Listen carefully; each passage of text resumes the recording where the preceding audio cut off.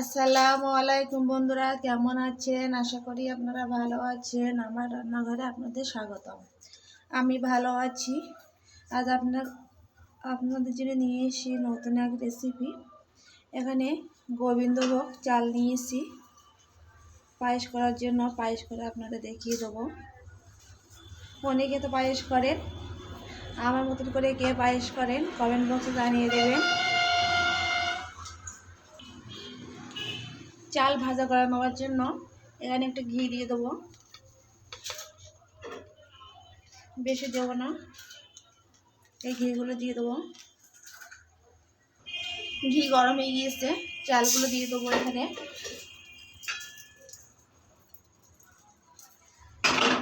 দিয়ে চালটা তো ভাজা ভাজা করে নেবো ঘি দিয়ে। এখানে 2 পিস তেজপাতা দিয়ে দেবো। দিয়ে চালটা ভালো করে ঘির সাথে মাখিয়ে নেবো। মাখানো হয়ে গিয়েছে, 2 মিনিট কষিয়ে নিয়েছি। দুধগুলো দিয়ে দেবো। দুধ দিয়ে দেবো। দুধ আগে থেকে জাল দিয়েছিলাম, জাল দিয়ে রেখে দিয়েছিলাম। 1 কিলো দুধ, 300 গ্রাম চাল। গোবিন্দভোগ চাল নিয়েছিলাম 300, এখানে 1 কিলো দুধ দিয়েছি। পায়েসে একটু লবণ দিয়ে দেবো। অনেকে মিষ্টিতে লবণ দেয় না, কিন্তু আমি লবণটা না দিলে না আমার খেতে একদমই ভালো লাগে না, ওই জন্য লবণ দিয়েছি অল্প করে। এখানে আমি কিশমিশগুলো দিয়ে দেবো। কিশমিশ বলতে কাজু বাদাম বলতে ভুলে গিয়েছি, কাজু বাদাম দিয়ে দেবো।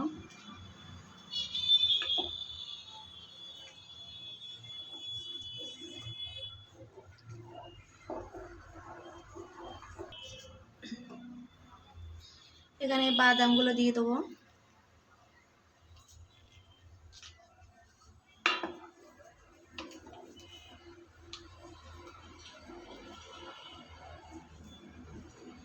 দিয়ে দেখবো চাল নরম হয়ে গেছে কি গলে গিয়েছে চাল পুরো, দেখুন। এখানে আমি চিনিগুলো দিয়ে দেবো। এখানে আমি 500 গ্রাম চিনি নিয়ে এসেছি, তাতে আমি হাফ দিয়ে দেবো। 250 গ্রাম পেনা চিনি দিয়ে দেবো। 250 গ্রাম দিয়েছি।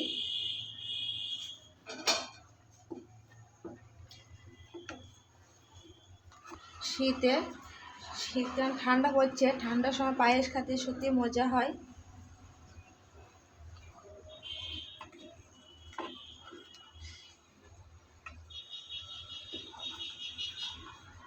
কিশমিশ দিয়ে দেবো।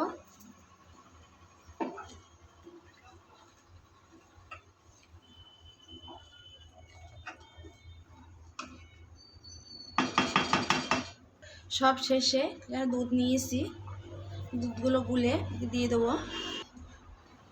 দুধগুলো দিয়ে দেবো।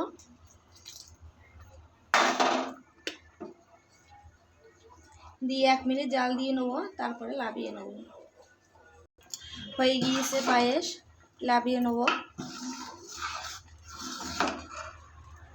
এইভাবে কে কে পায়েস বানান কমেন্ট বক্সে জানিয়ে দেবেন। খুব সহজভাবে বানিয়ে দেখিয়ে দিলাম আপনাদের। লাবিয়ে নিয়েছি, কেমন হয়েছে কমেন্ট বক্সে জানিয়ে দেবেন। ভালো লাগলে লাইক কমেন্ট শেয়ার করতে ভুলবেন না। আমার ভিডিওটা যদি ভালো লেগে থাকে আপনাদের, তাহলে সাবস্ক্রাইব করে পাশে থাকবেন।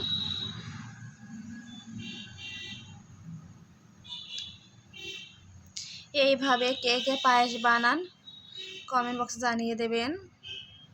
খুব সহজভাবে পায়েস বানিয়ে আপনাদের দেখিয়ে দিলাম।